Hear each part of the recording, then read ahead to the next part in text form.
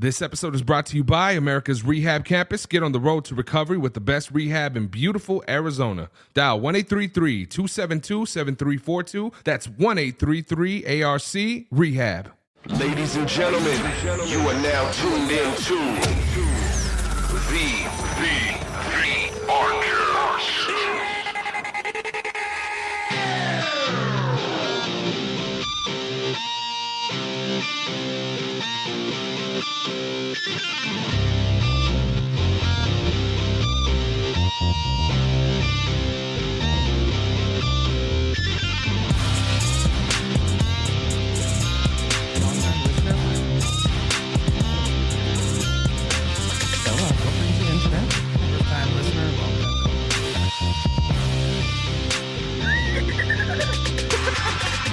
Good morning, everybody. Thank you for tuning in to another episode of the ARCast. My name is Buddha. I'm Matt. I'm Dustin. I'm Marcus. Yes, and we are all here today. As you know, Marcus is our special guest for today, brother. Welcome, ladies and gentlemen. Give him a warm round of applause. We got Marcus here in the studio today. He came at such a quick notice, man. How was the ride down here? Always a quick comer. Ride wasn't bad, nice, smooth, no problems. Got here safe. So are you from Phoenix? Is that where you're from? No, originally I grew up in Anaheim, California. Oh, shit. Moved to Lake Havasu when I was a child. Went through high school there and then came out to Phoenix in 2008. Go to college and do that whole gig. Oh, nice, man. Nice. Yeah, we got to meet for the first time on Monday in Scottsdale, and we started talking about the podcast and stuff, and Matt just threw it out. He's like, hey, bro, we got to get Marcus on the podcast. You were like, yo, I'm there. Let's do it. I come from a school that if you get asked to do something, you don't say no. So. That's what's up. That's what's up, man. So take us back. You said that you were raised in California, right? Yeah, Anaheim was where I was born. Go Bengals. So I lived in, I think I lived in 9 different cities in Southern California by the time I was 7 years old. Damn. I grew up pretty poor. Okay. So it was basically we bounced around and lived wherever people could find a place for my family. I'm the middle of 5 kids. Ooh, so man. A pack of 7 with my parents running around trying to find a place to live. You know what I mean? What'd your dad and mom do for work? So my mom was a hairdresser, and then my dad was always self-employed, did a lot of his own business. And like many of us got involved with the wrong people and messed his money up pretty badly and had like a full-blown breakdown in his life. And my mom, she was a mom of 5 kids and trying to maintain a household with all the other calamity going on in our lives. And so most of the food and clothing and all that type of stuff that we got was from a church that my mom frequented. And it got to a point like where diapers were scarce, so my mom got a bunch of towels donated. Oh, yeah. So for the first 2 years of my life, the diapers that me and my brothers and sisters used were reused towels that she would just wash. And so the way we ended up in Lake Havasu was that same church that my mom was at, the pastor's wife was the head of Section 8 housing. And they got us into a house that fell through in California, and the first Section 8 house in Arizona was located in Lake Havasu City. Okay. And that woman, knowing my mom and my family's situation, put my mom to the top of the list, and they donated a car to us.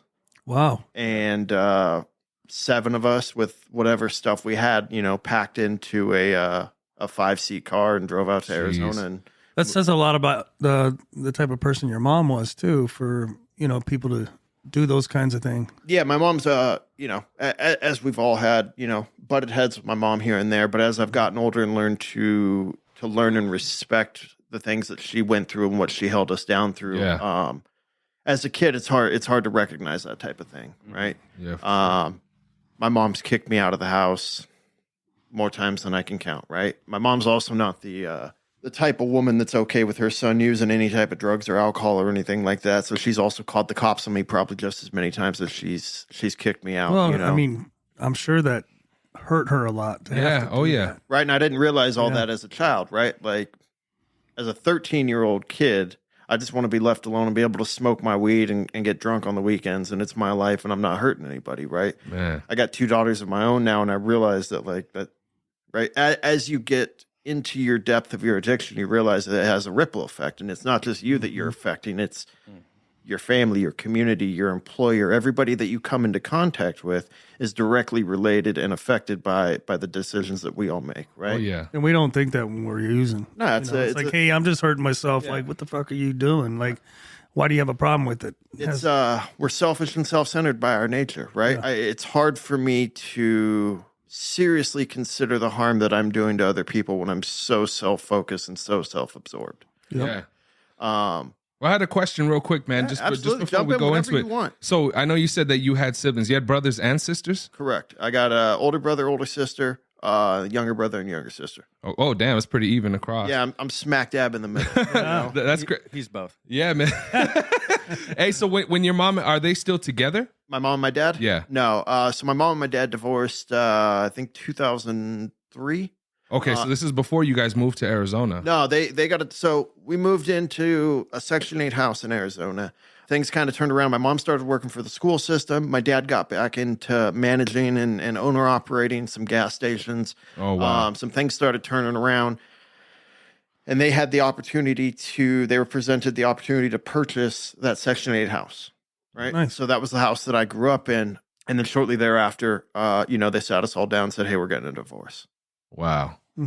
Did your dad stay in Havasu? He did. He, moved down the street, moved all over Havasu, and so I had a really good relationship with both of my parents, despite me being hard-headed and difficult to deal with. So, like, you moved, how old were you when you guys moved? I think I was seven or eight. 7 or 8. Okay, so like as far as friends and stuff goes, you guys had lived in Cali for a while, but you didn't have like friends, like people you were leaving behind, like at least at that point, right? Like how a teenager would be a lot different than a 7-year-old moving to But you still another have state. the kids that you run around with every day, that you go to school with, that you've been involved with. But yeah, you're right. I mean, it didn't have the type of effect that I thought it would have. The effect that it had was I was a poor white kid from California that grew up in a rough neighborhood in California.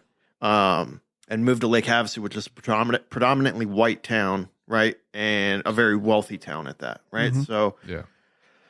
I went from not fitting in a black neighborhood to not fitting in a white neighborhood, right? So being uncomfortable and not belonging, right? Something that a lot of us identify with is something that I was accustomed to very early on. And you went through all of your academics in Havasu?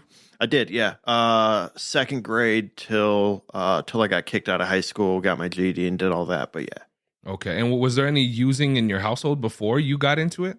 No. So not my older brother and older sister would take me out, and we'd go out on the weekends and drink and smoke weed, right? But that was the extent of it. That on Sunday that stuff ended, right? Okay. I was always a little bit different. That Sunday night, I was looking for how I was going to get loaded before I went to school Monday morning, right? As early as 13, right? 13's like this real pivotal year in my development as a human being. My grandmother, who I was living with at the time, because my mom had kicked me out, gets breast cancer. She moves back in with my mom there. In turn, I move back in with my mom, right? Our relationship's already rocky because my mom at this point, she has 4 other siblings she has to account for and take care of. Yeah. And again, right, as I got older, I realized the amount of difficulty it is to deal with somebody like me, how I was when I was a child, right? I was always in trouble, getting in fights, calls from the school, and then you add in getting loaded all the time, right? So my emotional regularity is not there, right? I'm not a normal 13-year-old kid. But yeah, at 13, I was stealing my grandmother's pills while she's dying of breast cancer, Oh, wow. And she ends up passing away. And what I realized early on was that I didn't have the ability to go on and deal with any type of loss, any type of real emotional regulation. I didn't possess that skill as a human being yet. So I didn't know how to deal with happiness. I didn't know how to deal with sadness or grief or loss or anything like that, right? And when you lose somebody like that, a family member, nonetheless, somebody you live with that's your best friend, right? It hits you different, right? And I never realized that, like, again, until I got older and started doing some work on myself, I didn't realize that my parents' divorce, my grandmother dying, all of these things were these traumatic events that I just stuffed inside and kept pushing on with. Mm-hmm. And so my uncle comes down, never met the man before. He comes down to clean up his mom's apartment, all that stuff, right after she passes away. And ends up molesting me for about 3 days, right? And again, more stuff that I mean, no child, no human being, nobody should ever have to encounter any type of trauma like that. How old were you, Marcus? I was 13. 13. And again, we're back to not knowing how to handle my emotions, right? And 13 is the first time I tried to commit suicide because of those emotions. We would break into cars and nothing like, I mean, yeah, if we got some money out of it, cool, but it was really just out of boredom, right? And we called it car shopping, like, hey, we're going to go break into these cars and snatch whatever we can, right? And one of the cars that we had broken into, I found a gun. And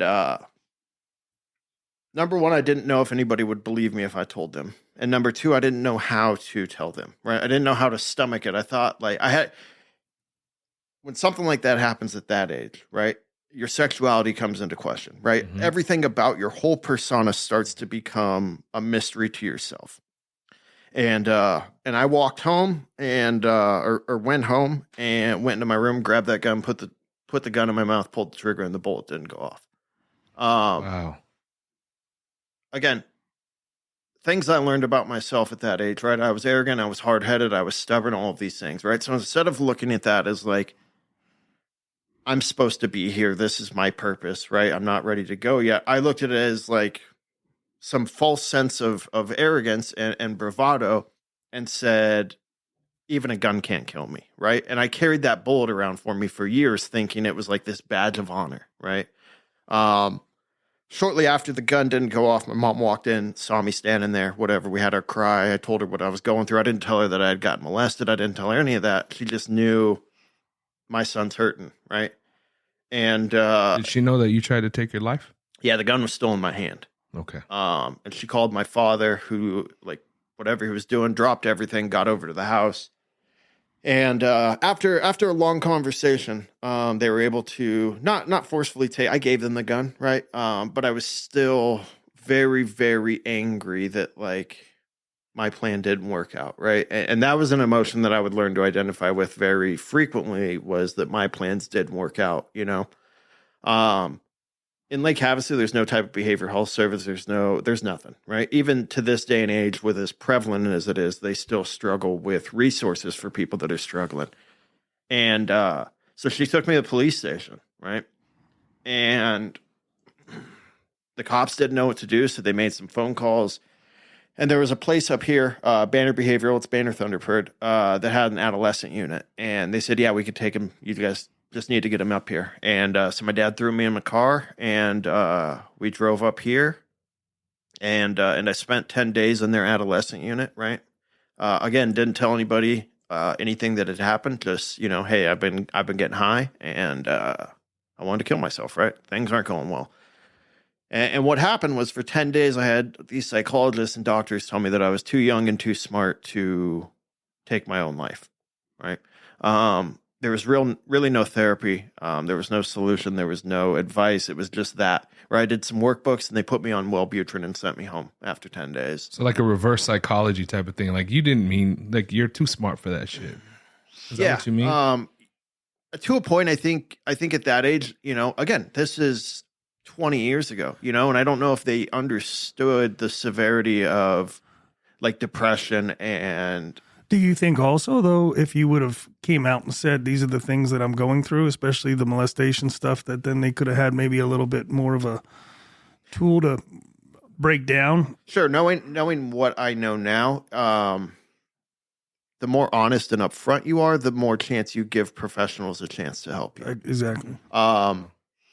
Would the outcome have been any different? Who knows, right? I'm just saying. Too far into it to play what ifs at this point. Yeah. You know? What happened is what happened. I can only speak on what my experience was. Yeah. You know, but you're right. I wasn't forthcoming with a lot of information because I learned to be ashamed of that information, of course, and didn't want that to be my label or my identity. Yeah, you didn't want to be defined by what happened. Correct. Mm-hmm. So yeah, that was it. I went back home and got right back into the same bullshit I was doing. And did you play sports? I did. So Not good. I got into football. Football, right? Yeah. And because I learned really early on, I was good at two things. Right, I was good at lying and I was good at fighting. Mm-hmm. And football gave me the opportunity to hurt people legally. Yeah. And I had a lot of coaches that would call or come speak with my parents and say, "Hey, we got to get him in this. We got to get him in this. We need to develop him so that he can progress and really do something with this." But in the middle of that summer, going from 8th to 9th grade, right at 13, me and my buddies go out. We go out smashing mailboxes, and Just another night of car shopping and smashing mailboxes. And my buddy, so our ingenious plan was, hey, we don't want to ruin any of our baseball bats or any of that stuff, right? So you just twist the mailbox off the top of a pole, bend it back and forth, and then you have a pole to run around and smash these mailboxes with. Well, It's funny. when you bend a pole that's metal back and forth, right, it gets very jagged and sharp and all of that. So my buddy hits a mailbox, snaps the pole in half. I'm standing about 3 feet back from the mailbox, and that pole has enough force that it flips over and hits my hand and cuts my finger off. And immediately I'm coming up with a plan in my head of, oh, here's what happened. Don't tell the cops nothing, right? Like, I didn't understand that my two buddies weren't nearly as profound at lying as I would and coming up with stories on the spot already, right? That would come later for them. But so they both got taken down to the jail station and immediately started singing about what happened, right? Well, I'm in the fire truck telling the cops, like, yeah, I know, we were just walking back to my buddy's house and a car drove by and hit this pole and it flung up and weird circumstances. And the cops like, yeah, what about that smashed mailbox? Yeah, I don't know what happened. That's crazy, you know? Yeah. Boom. So that was the first of many encounters with law enforcement. But anyway, so I get air vac from Havasu to California, Loma Linda. I go through 16 and a half hours of microscopic surgery. Holy shit, dude. They reattached my left ring finger. It was what's called an incomplete amputation because it was hanging on by a vein. And if it wasn't hanging off by that vein, I would have lost complete blood circulation, would have lost my finger. So I guess if there's a silver lining in it, it's that. I had 14 pins placed in my 3 fingers from my middle to my pinky. And I called it the cheese block. It's not what it's called, but it was like this big foam thing that you stick your arm in so that circulation keeps going through it. So my freshman year of high school, I started off school walking around with my hand in this cheese block, right? And we all know, right? High school is all about image, right? And that's not the image that I wanted coming into high school. I also had to miss my freshman year of football.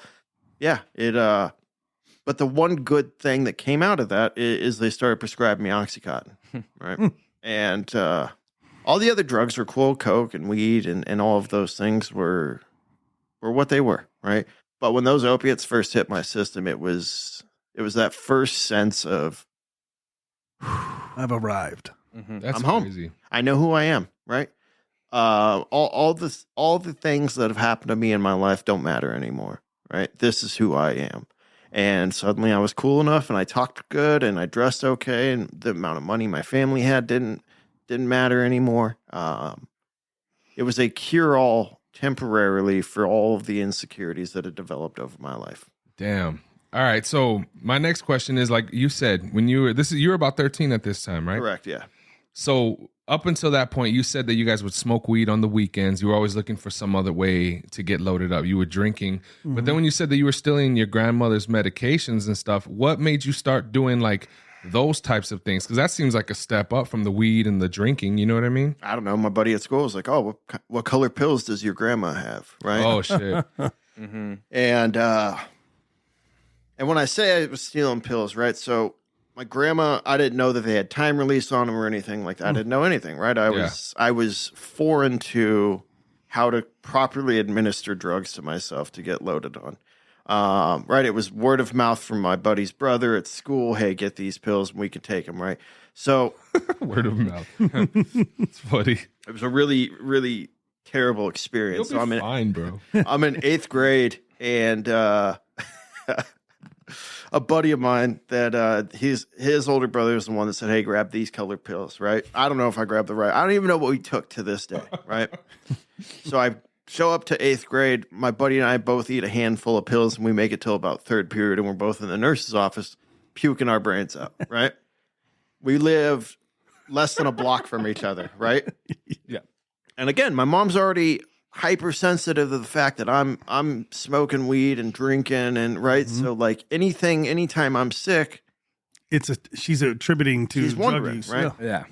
And then she sees my buddy who she's caught us smoking weed together. And we're both in the nurse's office and we both got the same symptoms, right? Like my mom ain't stupid, right? And it's funny, though, because I always have this mental image of us. His dad came and picked him up, right? My mom came and picked me up. And the whole way home, it was like this little caravan of we'd pull over, I'd get out, throw up. He'd pull over, he'd get out, throw up. And it was just this reversal of cars the whole way home, right? And my mom, I remember screaming at me like, what did you take? And I was like, nothing, just stop. And she's like, I'm not stopping. I mean, no, stop the car. I got to throw up again, right? And I got home. Right, it's probably some form of an overdose, right? Or something. Yeah. But I got home and realized that my airway was so constricted from whatever I took that anytime I stood up, breathing was gagging me, which was then causing me to throw up again. Wow. So the only thing I could do was lay flat on my back without a pillow under my head, and I had to lay there for like 15 hours till the next morning, you know. And my mom doesn't care. Like, I don't care if you're sick or not. You're not throwing up. You're going to school, right? It could have been fucking anything that you guys could have been for her gut. Could have been for like anything that Again, you I have no idea, right? That's crazy. Because I thought I was grabbing morphine, right? When I got older and started dabbling into morphine a little bit later, I realized I didn't grab any morphine, right? I was probably eating a handful of like high blood pressure pills or something. You know what I mean? Vitamin C. That's fucking crazy. So It how wasn't no long, vitamin C. It was the most violent throw up I've ever had in my entire life. how long were you, stealing grandma's pills? So that was the only time that Oh, that okay. happened, right? Because I was totally turned off. Like, Yeah. this ain't the high I'm looking for, right? Weed doesn't do that to people. You Yeah. know what I mean? But no, we would go in, and this was 20 years ago, right? So Coricidin wasn't behind the counter anymore, right? And we would go in and steal the triple C's, and I'd be robo-frying at school, or somebody'd steal a buddy's bottle of alcohol, you know, and like Yeah. 8th, 9th grade, we're getting drunk at school, and it's like, but yeah, once I had that steady supply of Oxycontin, right? And it wasn't steady for very long because I was burning through those things. And again, my mom's no stupid person, right? She noticed very quickly that my dosages and my quantity remaining were not adding up. And she'd start hiding my pills, and I'm a bloodhound when it comes to drugs, right? Yeah. No hiding place in the world's going to keep it from me, right? Yeah, no shit. And so I'd search it out, and I'd find it, and I'd take them, and, and finally, one day the doctor said, hey, we ain't giving you any more, right? Mind you, I'm on probation this whole time because I had gotten sentenced for criminal damage, which is my first federal offense at 13 years old because I damaged The mailbox. Yeah. the mailbox, US right? mail. Which is property of the U.S. Postal Service, which is a federal entity. That's crazy, dude. Yeah, it's wild, right? I wasn't pissed that I was on probation, right? Let me tell you what I was pissed about. I came back, my finger got chopped off, all this stuff, right? My buddies got to go home, whatever, right? I get back, I go, yo, what'd you guys get, after we talk for a few days? And they're like, oh, I got 40 hours of community service. Oh, I got 60 hours. I got 270 hours of community service. And I lost my damn finger. Like, it's done that. You know what I mean? So that's what I was angry about, right? But again, delusional thinking of, woe is me. Yeah. Right? Yeah. Once I was able to start playing football again, things got good. They didn't get great, right? But I had a purpose of going to school other than getting loaded, And things were really, really good. What position did you play? Strong safety and fullback. There you go. Left out. Yep. And you got his water for him, Dustin? Yeah, Absolutely. yeah. Yeah. He The finest service. he carried the towels, he got the beaded sweat off my forehead. He's so the I guy could go that back carries the net around for the kicker. Right. When he's on the Just the sideline. tee. They don't trust him with the net, So yeah, 11th grade, things are going really well. I start getting looked at by colleges and getting offer letters and all of that stuff. Badass, dude. Yeah, it was really cool because I finally had a purpose and an identity. Yeah, you felt like you were like, this is it. Yeah. Like, hey, I found something I love to do. And Besides the but on the other side, I had this full-blown developing criminal personality of getting loaded, breaking into cars, stealing stuff from people, all of these things. Mhm. And again, where that came from, I don't know, right? I know it started early on with like me stealing, right? yeah. And find out that I can get away with it. It was more of the rush of like, how many times can I do this before they get caught? And then how well can I lie to get out of it, right? And It was like that game, right? It was a game, Yeah. a life-altering game at that, but it was yeah. absolutely a game. Squid Games. My football coach was also my PE coach, right? And he gave me his keys to go unlock the gym or whatever. And I looked down in the like lock that they give you, right? The master key is on there. And I was like, oh, right. So I take that. He doesn't know. He right? messed up, man. Yeah, idiot. And so for like 3 or 4 weeks, all the rich kids would have their sunglasses and wallets in it, right? And like, hey, I'm going to go to the bathroom. I go in and take everything they had, right? That's crazy. Peel back the whole gym, right? And then go back and help them look and be pissed like, oh, we're going to beat up whoever did this. You know what I mean? Yeah. Like, my credit here is good. You people think a certain way about me, but I know the real me. Yeah. And this one kid was coming to buy, it was like right when iPods were getting big, right? So his dad gave him $300 to come buy an iPod, and he was bragging about it. And I was like, you ain't going to have that money at the end of gym class. Like, My iPod. I don't even care about the iPod. I want the money, right? So I steal the money from him, and the kid says, right, out of his mouth that he was walking back to gym class. I don't even remember looking at the kid. He went straight to the principal's office and said, Marcus stole it from me, right? Nobody was in there. Nobody saw. Nobody knew anything. And principal said, how do you know? And he said he looked at me a certain way. I could just tell in his eyes that he did it, right? Like, I don't know where that kid's at today, but he should be a private detective or something, right? I don't even remember looking at him, right? But so anyways, they searched my locker, and I had already like anticipated this coming. So I called my buddy and said, hey, I need you to go get my football cleats, go put them in your truck. I put money in there, so on and so forth, right? Maybe I didn't do it with enough urgency because he went and worked out and then came to go get my cleats, and they were already there searching, right? So then I got expelled from school, got put on probation again. This time I was on IPS for the first time in my life. I'm 16, 17 years old, right? My mom's like, oh, you got to go to this Christian school. I go to this Christian school. That doesn't work out, right? Like, So this is 11th grade too, still, right? yeah. Okay. And I'm not built for a Christian school. You know what I mean? Like maybe my heart is, right? Yeah. My beliefs aren't, and the life that I have lived up until that point don't mesh with their ideology whatsoever. So Right? when they got you caught up at that school, did they find like a whole bunch of shit that you? Nah, they just found that kid's $300 in my football cleats. I had already taken and hawked off everything else. You know, I was out there shaking and moving. Man. And as a Shake kid, and bake. as a kid, did you have that internal dialogue like, "Fuck, dude, I shouldn't be doing this"? Like, No. You never had that voice. No. Again, I wasn't upset or angry at myself. I was mad at my buddy. Like, yo, I called you and told you, right? Like, again, you're messing with my plan. Like, my plan is going to work out 10 times out of 10 if everybody follows suit, and you didn't follow suit. So it didn't work out, right? Yeah. No, they called my mom. I was living with my pops at the time. They called my mom, said, hey, he's getting arrested, but we're releasing him into, right? It's white town people stuff, right? We're not going to take him down to the jail. We're going to release him to your custody. So my older brother had to come back. He had gotten out of high school the year earlier, picked me up. He's like, dude, what are you doing? Right? Kid had money, right? I didn't. You got it, and I don't. I'm taking it. It's mine, right? And so then my mom tried to get me enrolled in like online school, Christian school. None of that stuff worked out. And one of her buddies was like, tell him to go get his GED. It's just as good as a high school diploma nowadays, So that's what I did and went and tested. But again, I'm on IPS, right? And I'm stuck at home and I'm working. I was doing construction at the time. It's a real big industry in Lake Havasu, trying to figure out ways to get around drug tests and all this stuff, right? And I find this drink that you can drink and it cleans your system out as long as you don't use that same day, right? And it works 100% of the time as long as you follow the directions on it, right? So that's what I was doing. And I think my mom knew because at this time, right, my drug use and my addiction had started getting pretty full blown.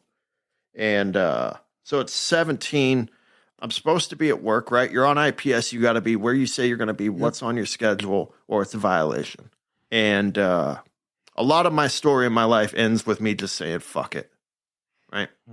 And that's what I did on this day.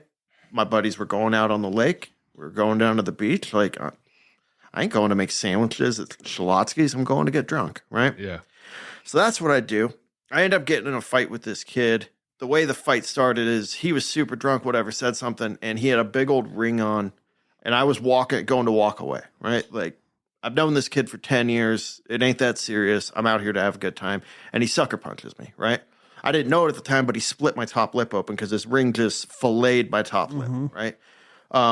Then it was go time, right? Beat the brakes off this kid. My buddy's like, dude, you got to go to the hospital. Like, your tooth is hanging out of your lip, right? And it wasn't. It was just the way that he split my lip that it was whatever. So I end up in the hospital. They sew it back up. I'll never forget. My mom showed up because they called her because the cops came in. They said, tell us what happened. And like, I go deaf, dumb, and mute if police are around. Like, I don't have anything to say, anything to hear. For you, bro. Right? You know what I'm saying? They're not getting anything out of me, right? Like, I'm not throwing anybody else under the bus. It's not how I was raised. And I remember my mom just walked in, and it's that parental look of disappointment, That's the worst one. It cuts straight through, right? You're right. Yell at me, call me stupid, do whatever. But like that look, not even the finger wag, you know what I mean? Just that look alone, and you're like, what am I doing out here? Is that one of the first times you actually had that feeling? Yeah, probably. Where it kind of registered?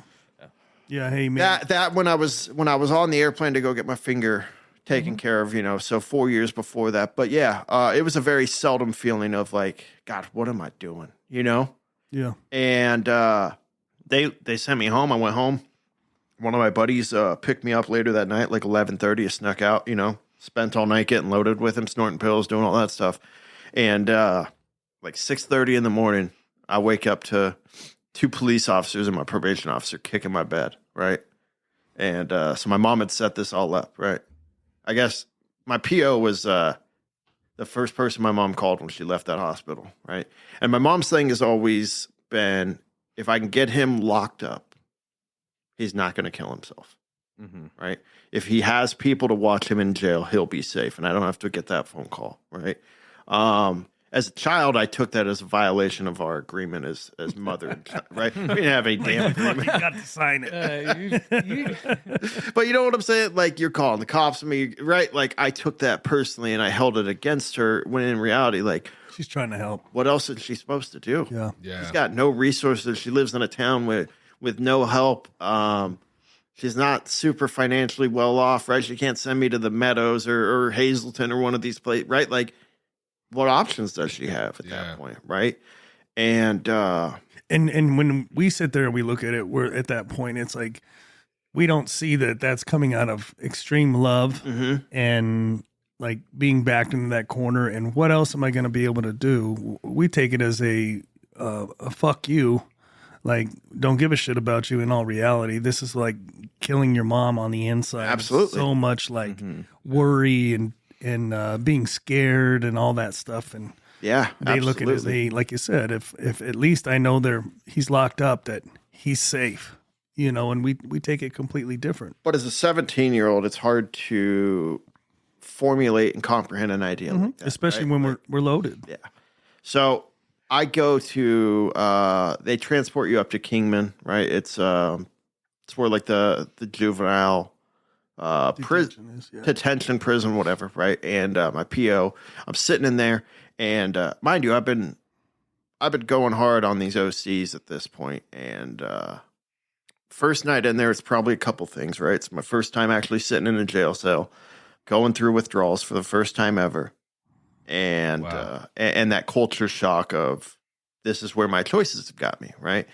So I'm in my cell for a couple hours, and I end up in the medical pod, right? Because I can't stop shaking.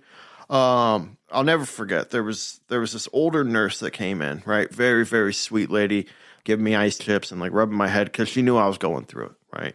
This lady had worked in every worst prison you've ever been in, and her retirement was to go work in a juvenile detention center because it'd be a little bit easier.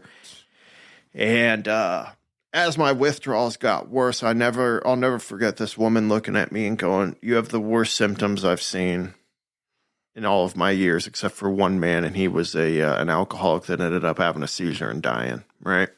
And I didn't understand what she said, but very shortly after I did, I was so constipated from all the amounts of opiates that I was taking that I started not quite convulsing, but shaking pretty violently. That I started throwing up, and I was so constipated that I was literally throwing up poop out of my mouth. And so then I had to get transported to a hospital, right, all under handcuff and guard and all that stuff. And I spent like 2 days there. They don't, again, Suboxone, all that stuff. None of that was, withdrawal management was not a thing 20 years ago like it is today, right? So I sweated it out, went back to jail, and my PO showed up and said, "Hey, you got 2 options, right? First option is the jail was broken up into 3 dorms, right? There was a male pod, female dorm, and they had this program called the YES program, and it was a 90-day incarceration rehab program, right? He said, you can go to that, or I'm violating your probation and you can get transported to, is it Adobe Mountain? Or Yeah. Black, I forget which one was the Mountain. male. Adobe, Was that the male one? Yeah. Yeah. So he's like, or you can go there till you're 18, right? And like, I don't need to go to rehab. I'm not a drug addict, all this stuff, right? And he's like, dude, you were literally just throwing shit up out of your mouth, right? Reminds me of a South Park episode. You need help, right? And But like, how did you continue to get your opiates if the doctor were you getting them off the street at this absolutely, point? Absolutely. Yeah. any means necessary, right? Man. Which is part of the reason why I was breaking in and stealing kids' stuff, right? Oh, you got a pair of brand new Spy sunglasses. Cool, let me get those and I'll sell them for half the price. Cell phones were starting to get big. I stole a lot of cell phones in my day, right? Because back then SIM cards didn't exist. Yeah. You just right? You just Steal a cell phone, reset it, put your number in, and you're good to go. And Crazy. throughout my life, I realized that I'm kind of like a rat, right? Like I will fight and fight and fight and fight and fight until you get me in a corner, and then I just roll over and submit, right? And that's kind of what I did in this situation. So instead of going to Adobe Mountain or whatever, Black Adobe, I said, okay, and I went to this CS program, and it was the first taste of like recovery that I got, right? It was ran by this dude that you had to call sir, never tell you his first name, right? He was this like 4-star general from the Army, just a hard-nosed dude. But there was a gentleman named Mark. He was their therapist, right? What we all know is like their clinical director, right? He's the one that ran groups and did your treatment plan and all of this stuff, right? And that dude had, 25 years sober, right? So that man holds a real special place in my heart because he was also like the probation appointed substance abuse counselor. So if you got arrested for any type of drug in Mojave County, you had to go meet with this gentleman, right? But he really showed me like what recovery could be if I was interested in it, right?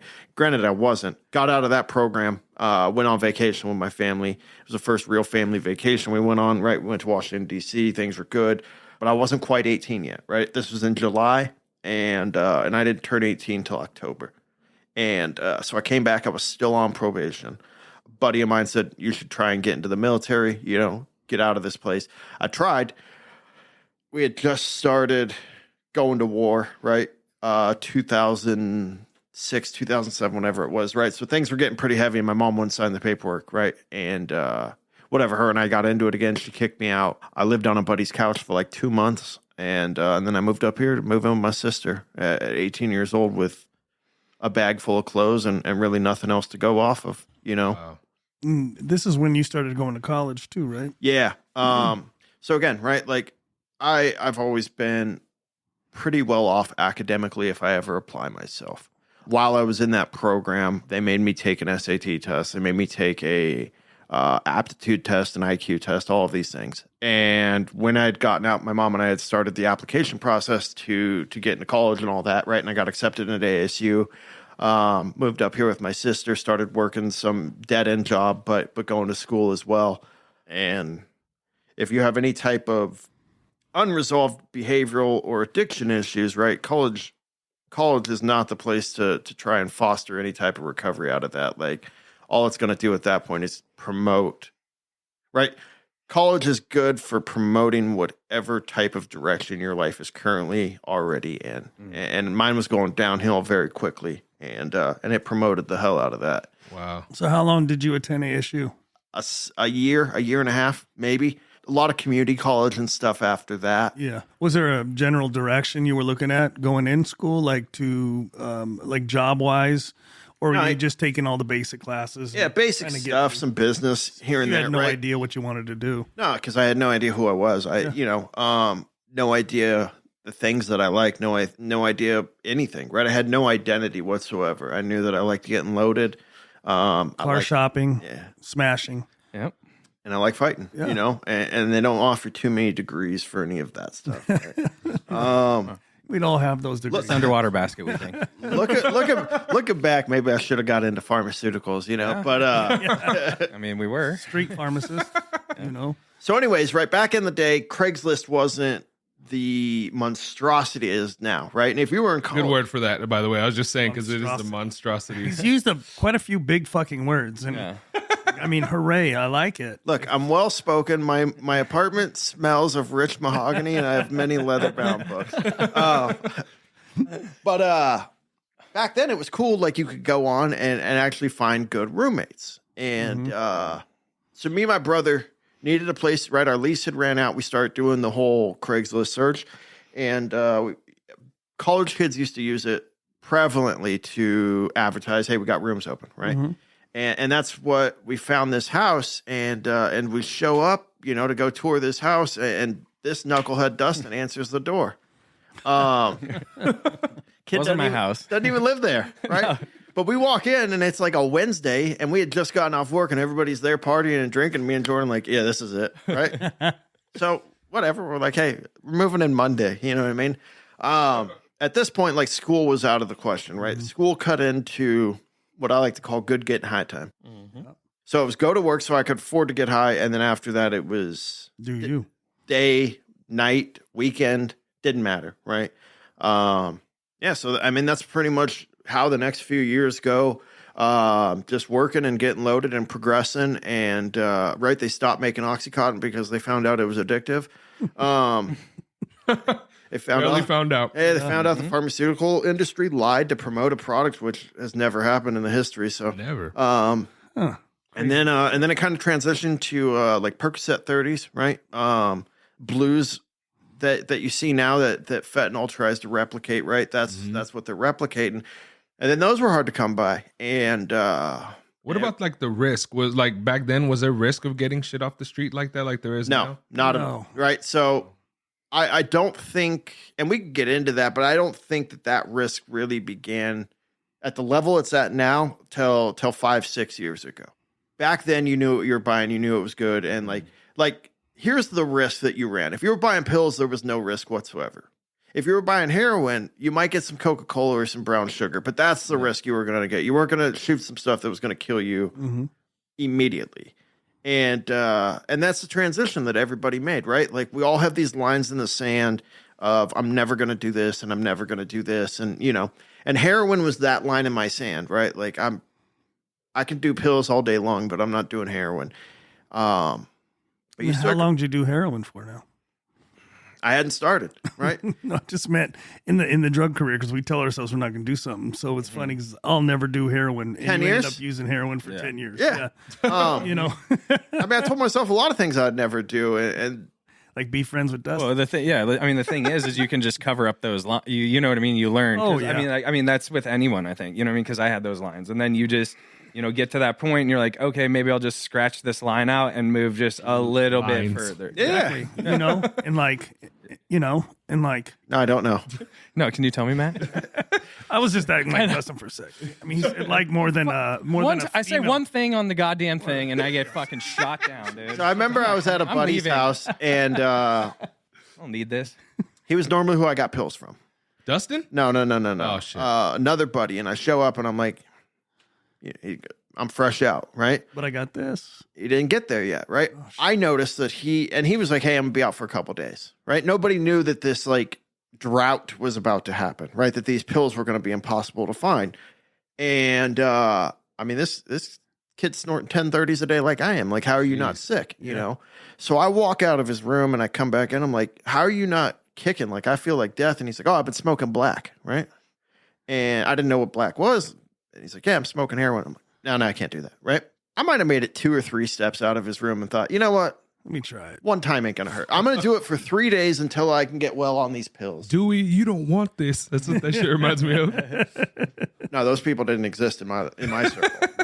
You want to do it, it's on you, right? Yeah. Mm-hmm. We're all grown men. You want to get high, I ain't deterring you from it, right?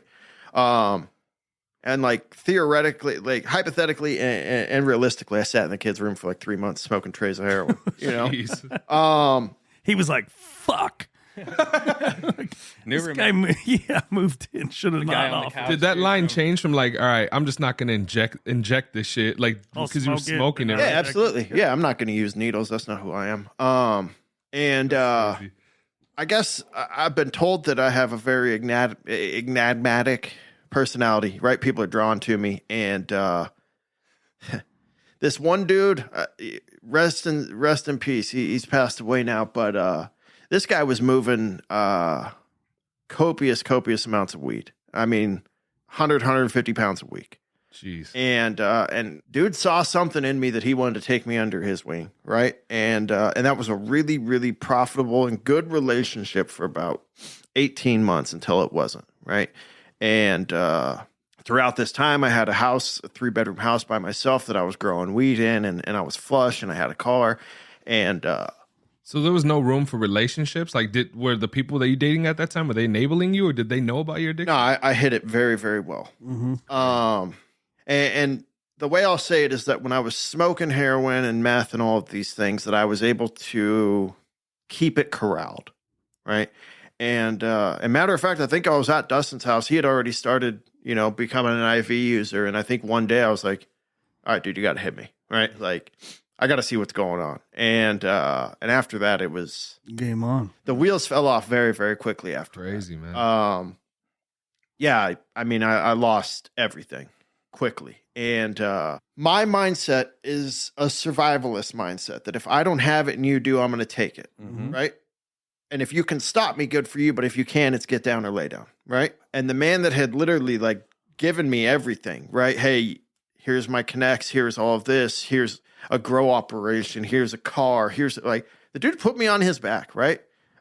We broke into his house and stole every last thing that he had while he was going to pick up. What's going on, guys? I'm so sorry to have to do it to you, but we're going to have to stop this episode right here. Thank you guys so much for listening, and make sure you tune in next week for part 2 of this week's episode. Hope you guys have an amazing weekend. Much love. God bless. Peace.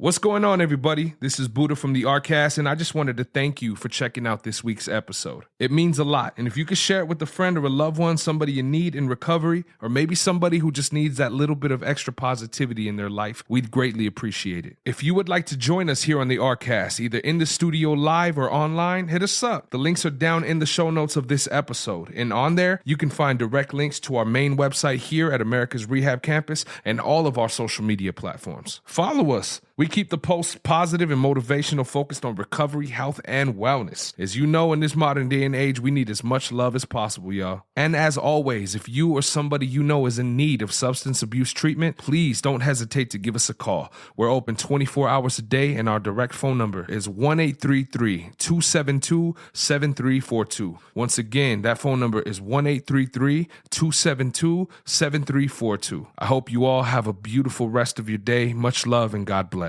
Peace.